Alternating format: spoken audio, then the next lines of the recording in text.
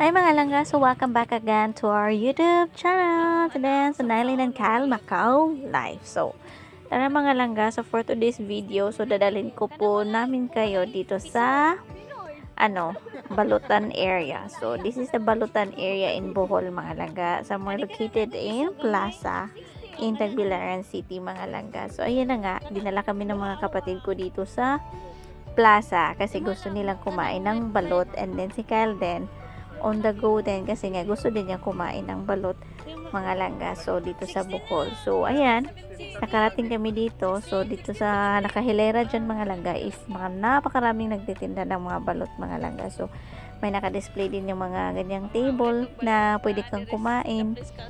At saka, parang nasa kanto ka lang mga langga, nakatambay. So, overlooking doon sa church or doon sa plaza, and then sa gilid lang ng highway mga langga. So, ayan na nga. So, nakaubos din ako ng 3 balot dyan. Pati si Kyle, 4 ata din. The rest sa mga kapatid ko mga langga. So, first time ko din kumain ng balot dito sa area.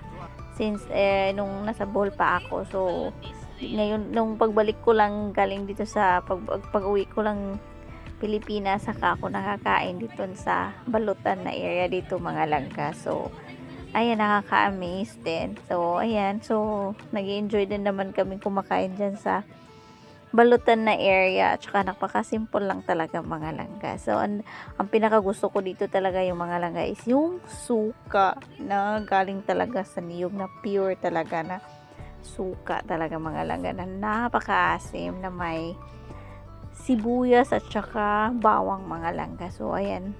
Kulang na lang higupin ko yung suka dyan mga langga. So, ayan, nakakamiss talaga yung talaga sa Pilipinas mga langga. So, galing kami dyan ng barbecue.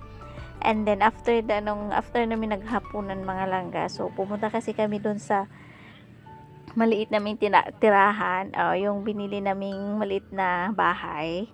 And then, chinek namin kung anong update doon. And then, ngayon, after that one, so, mga around 10 p.m. na to. So, sabi niya, dadaan tayo sa may Balutan. So, dumaan kami. At saka dito kami, dinala ng kapatid ko. And then, ayun, kumain muna kami ng balots bago kami umuwi mga langga. So, ayan, chika-chika kami muna dyan. And then,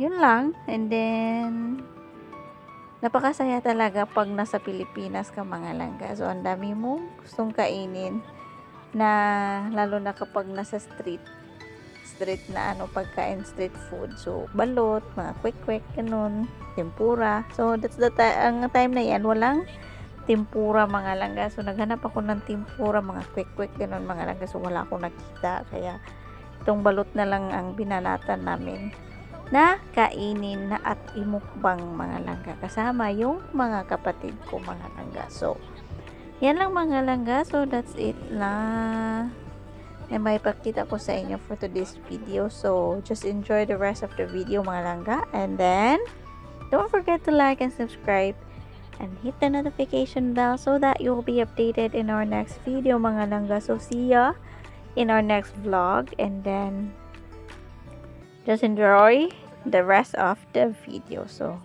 buyers!